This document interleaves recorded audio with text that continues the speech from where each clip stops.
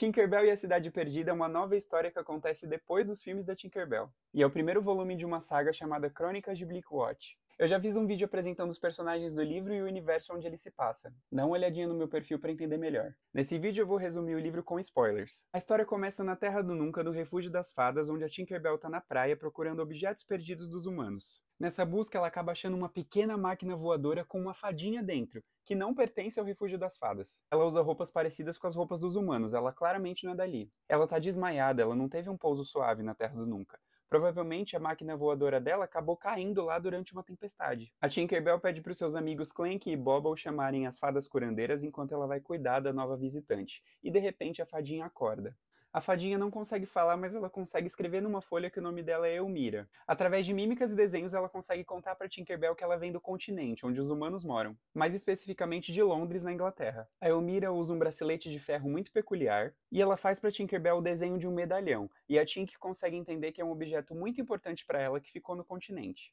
Enquanto a Elmira é levada para a enfermaria das fadas, a Tinkerbell começa a analisar a máquina voadora dela e descobre que é feita de objetos perdidos dos humanos e um toque de pozinho mágico. E como uma boa fada artesã, a Tinkerbell consegue consertar a máquina. E também consegue usá-la para voar até o continente para procurar o colar de Elmira. Ela voa com a máquina até Londres e pousa num lugar chamado Kensington Gardens. A Tink só levou para a viagem uma bolsa de pozinho mágico extra caso ela precise. Afinal, ela está muito longe de casa. Mas esse pozinho mágico chama a atenção de ladrões. E não são ladrões humanos, são ladrões fadas. Um grupo de fadas vasculhadoras chamadas de Flutterpunks. Todos eles usam braceletes de ferro parecidos com o da Elmira. A princípio, a Tinkerbell consegue fugir um pouco dos ladrões, mas ela acaba encurralada. E como ela usa roupas muito diferentes daquelas fadas urbanas, Queen, que é a fada líder dos Flutterpunks, pergunta de que parte de Bleakwater que ela é. E a Tink responde que ela é da Terra do Nunca. Na conversa, a Tinkerbell descobre que Bleakwater é uma cidade de fadas, que foi construída com objetos perdidos dos humanos. Aparentemente, as fadas de Bleakwater não têm acesso a esse pozinho mágico do jeito que a Tink tem.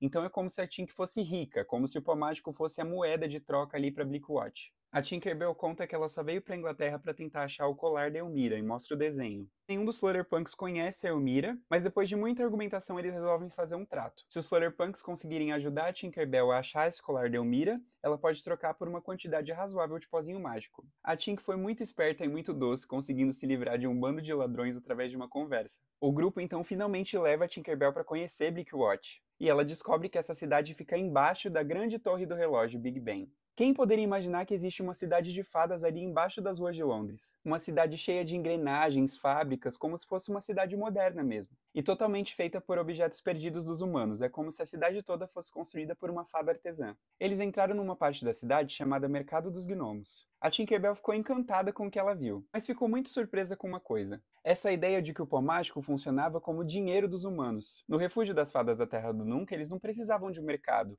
Tudo que eles tinham, a natureza dava e eles dividiam entre si. Em Bleakwater não, quem tinha mais pó mágico tinha mais poder. Ela estranhou um pouco esse sistema, achava que não era muito justo. Mas como ela tinha pó mágico praticamente de sobra em comparação a todo mundo do mercado de gnomos, ela foi fazer compras pela primeira vez. Os Flutterpunks falam pra ela que ela tem que comprar roupas que pareçam mais com as deles, senão ela vai chamar muita atenção ali no mercado dos gnomos. A Tink passa na loja de um alfaiate que faz essas roupas modernas para ela que a gente vê na capa. Queen fala que os Flutterpunks têm que levar a Tinkerbell pro Maddox, que é conhecido como o Homem do Pó. Ele é tipo o patrão dos Flutterpunks, ele que distribui a quantidade de pozinho mágico que cada um vai receber. E essa pequena quantidade de pozinho fica armazenada nos braceletes de ferro que todos eles usam. Passando ali o dia com os ladrões, conhecendo o mercado dos gnomos, as fadas acabam se afeiçoando a Tink. A única que ainda tá um pouco desconfiada com ela é a Queen. Por ser a líder dos Flutterpunks, ela sabe que a coisa certa a se fazer é levar a Tink pro Maddox e ele decide o que vai fazer com ela. Se o Homem do Pó disser que vai ajudar a procurar o colar de Elmira, tudo bem. Mas se ele quiser só pegar o pozinho mágico da Tink e roubar tudo pra ele, a Queen não vai fazer nada pra impedir.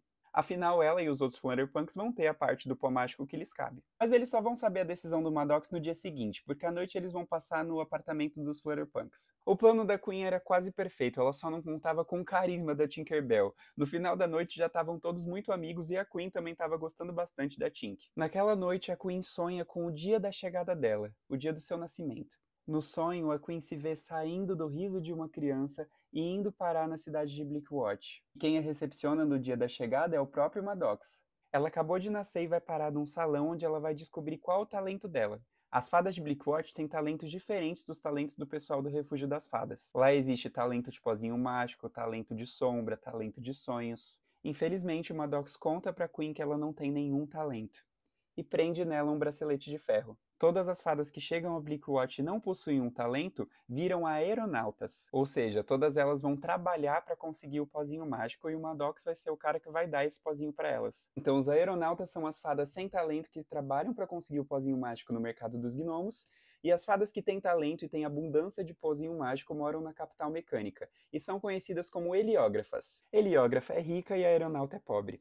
Agora no vídeo eu vou trocar de roupa porque eu vou gravar essa história em 2 dias. No dia seguinte, a Tink e os Flutterpunks acordam e eles vão levá-la para conhecer o Maddox, o Homem do Pó. E aconteceu o que eles mais temiam, principalmente a Queen. O Maddox não estava de bom humor. Ele saiu fazendo um monte de perguntas para Tink e quando ele descobriu que ela era uma fada artesã que veio da Terra do Nunca, ele duvidou do talento dela. Afinal, em Bleakwatch, o talento artesão era muito raro. Para provar o seu talento, a Tink pegou um relógio de bolso que a Queen tinha pendurado na roupa, que era de um significado muito especial para ela, e consertou ali na hora, ele voltou a rodar. Era um reloginho chamado Little Ben, que era uma réplica menor do Big Ben. Depois que a Tinkerbell demonstrou seu dom, o Maddox achou que seria muito interessante que o rei conversasse com a nova artesã e mandou prendê-la imediatamente. Ele roubou a bolsa do pozinho mágico da Tinkerbell e fadas batedoras, que eram as seguranças do Maddox, prenderam a Tink e foram levar para a capital mecânica onde estava o rei. Os Flutterpunks assistiam agoniados sem conseguir fazer nada. Olharam para Queen em busca de alguma esperança, mas ela não reagiu. Ela ganhou os cumprimentos do Homem do Pó, todos eles ganharam uma porção de pozinho mágico e foram para casa. Mas assim que eles chegaram no apartamento,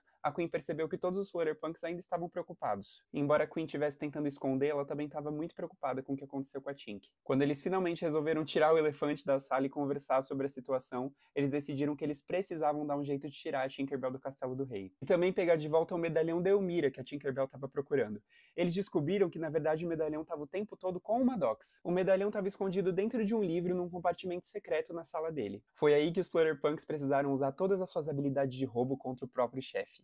O Oswald, com a sua capacidade analítica, bolou o plano perfeito. Com os óculos de enxergar através das paredes da Darwin e com as orelheiras da Danvers, elas conseguiram descobrir quando que o Maddox não estava na sala. O Axel usou as ferramentas da sua manopla para abrir a fechadura da porta. E a Queen usou suas asas de super velocidade para voar para dentro do escritório e roubar o medalhão. Mas quando a Queen estava quase saindo com o medalhão, o Maddox apareceu na sala. E justamente o Axel, que é a fada mais quieta do grupo, foi o melhor em conversa fiada. Ele ficou distraindo o Homem do Pó enquanto a Queen saía com o medalhão. O roubo do colar de Elmira foi bem sucedido, mas agora eles precisavam voar para a capital mecânica para salvar a Tinkerbell. Mas as fadas aeronautas não são permitidas na cidade das heliógrafas. Então assim que elas apareceram na cidade, um bando de fadas batedoras foi atrás dos Flutterpunks para prendê-los e levá-los para o rei também. Quando as fadas batedoras foram voando de frente para os Flutterpunks, cada um foi numa direção. E os Flutterpunks estavam em desvantagem para fugir, porque as fadas batedoras estavam voando atrás deles montadas em morcegos. A Queen foi forçada a usar de novo os mecanismos das asas de super velocidade para fugir das batedoras,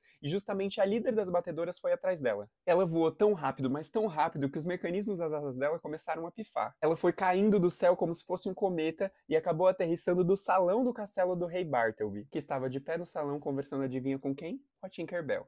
Eu vou voltar um pouquinho na história para te contar o que eles conversaram. Enquanto a Tinkerbell estava sendo levada do mercado dos gnomos até a capital mecânica, ela pôde ver de perto a desigualdade social que as fadas viviam. Na capital mecânica, as heliógrafas se banhavam em fonte cheia de pozinho mágico, enquanto as fadas do mercado dos gnomos passavam necessidade. Ela achava isso tão injusto que assim que ela ficasse de frente pro rei, ela ia falar poucas e boas para ele. Então pensa como ela ficou desarmada quando ela descobriu que o rei Bartleby era um senhor muito gentil. Ele era tão parecido com ela que parecia uma Tinkerbell mais velha. Enquanto eles estão sozinhos ali no castelo, o rei Bartleby conta a sua história. Ele diz que ele morava no refúgio das fadas com todas as outras fadas da Terra do Nunca. Mas no tempo dele, as fadas artesãs ainda não podiam voar para o continente. O maior sonho dele era ver o que tinha lá. Então ele construiu sua primeira máquina voadora, feita somente de objetos perdidos dos humanos que ele achava na praia da Terra do Nunca, igual a Tinkerbell.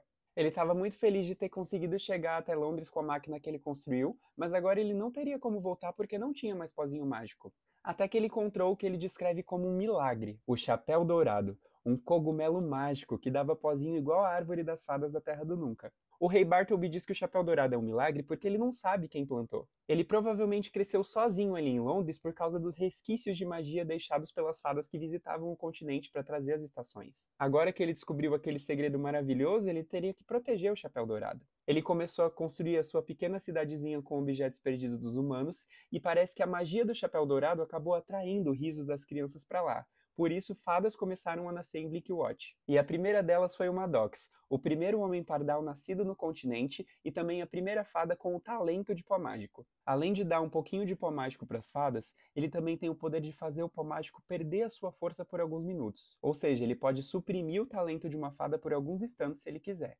como se a fada momentaneamente perdesse seus poderes. Foi o Rei Bartleby que deixou o Maddox como chefe da fábrica ali do mercado dos gnomos, que através do pozinho mágico concedido pelo Chapéu Dourado, dava energia para toda a cidade de Bleakwatch. O Maddox também seria responsável por recepcionar as fadas novas no seu dia de chegada. O Rei Bartleby preferia que o Maddox lidasse com essa parte burocrática, enquanto ele ficava no castelo sendo artesão, que era o que ele gostava de fazer, criando novas ferramentas e trazendo melhorias para a cidade de Bleakwatch usando seu talento. Acontece que, trabalhando recluso no seu castelo, o Rei Bartleby não ficou sabendo como o Maddox era opressor. Quando a Tink contou como ela foi maltratada pela Maddox, o Rei Bartleby ficou muito furioso. Ele ia ensinar o Maddox a tratar as visitas direito. E também se sentiu culpado quando a Tink explicou que as fadas no mercado dos gnomos estavam passando necessidade enquanto as heliógrafas estavam esbanjando o pozinho mágico. Ele também prometeu que ia ser um governante melhor e ia fazer de tudo para remediar isso. E a conversa deles é interrompida quando a Queen cai do céu ali no salão do palácio. Então o rei manda a líder das batedoras chamar as outras batedoras e trazerem os Flutterpunks com calma. E todos eles deram um abraço na Tink e ficaram muito felizes porque ela estava bem e o rei não oferecia perigo.